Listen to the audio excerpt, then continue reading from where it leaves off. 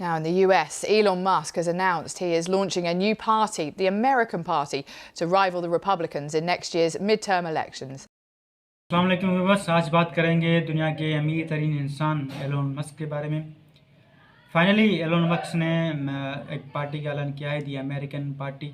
उन्होंने पहले भी कोशिश की है पॉलिटिक्स में आने की। अगर देखा जाए तो 2024 में उन्होंने डोनाल्ड ट्रंप की इलेक्शन में कैंपेन चला दी है। $270 मिलियन स्पेंड किए थे on the campaign of Donald Trump, और डोनाल्ड ट्रंप को जितवाया भी था। अगर उसके बाद डोनाल्ड ट्रंप ने एलोन मस्क को द क्लोज एडवाइज़र का दर्जा भी दिया था। एलोन मस्क जो हैं क्लोज एडवाइज़र भी रहे हैं डोनाल्ड ट्रंप के।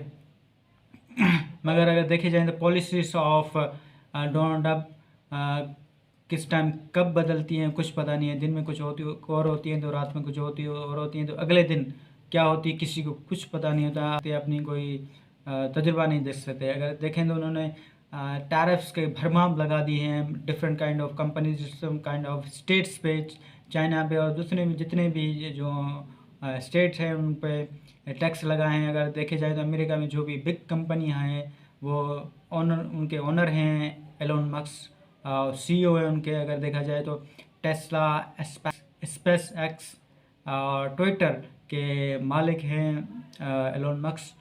और डोनाल्ड ट्रंप ने जो हैं दो डिफरेंट काइंड्स ऑफ टैक्स लगाए हैं प्रोडक्ट्स। अगर देखें तो प्रीवियस ईयर में एलोन मस्क ने पॉलिटिक्स में आने की कोशिश की।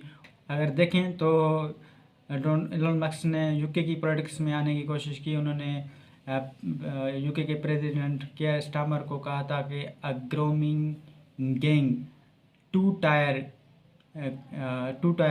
केयर। उन्होंने कहा था कि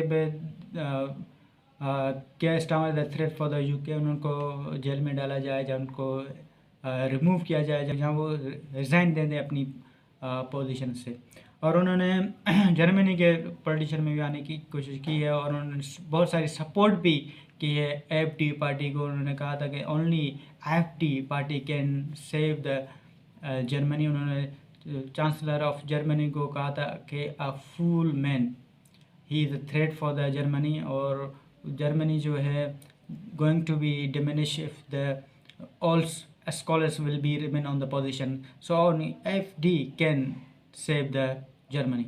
So finally उन्होंने दी अमेरिकन पार्टी का ऐलान कर दिया है। उन्होंने कहा था कि जो प्रीवियस पार्टी है वो आउटडेटेड हो चुकी हैं, जैसा कि रिपब्लिकन एंड डेमोक्रेटिक। हालांकि उन्होंने कैंपेन चला थी और सपोर्ट किया था डोनाल्ड ट्रंप को, रिपब्लिकन को जितवाया था।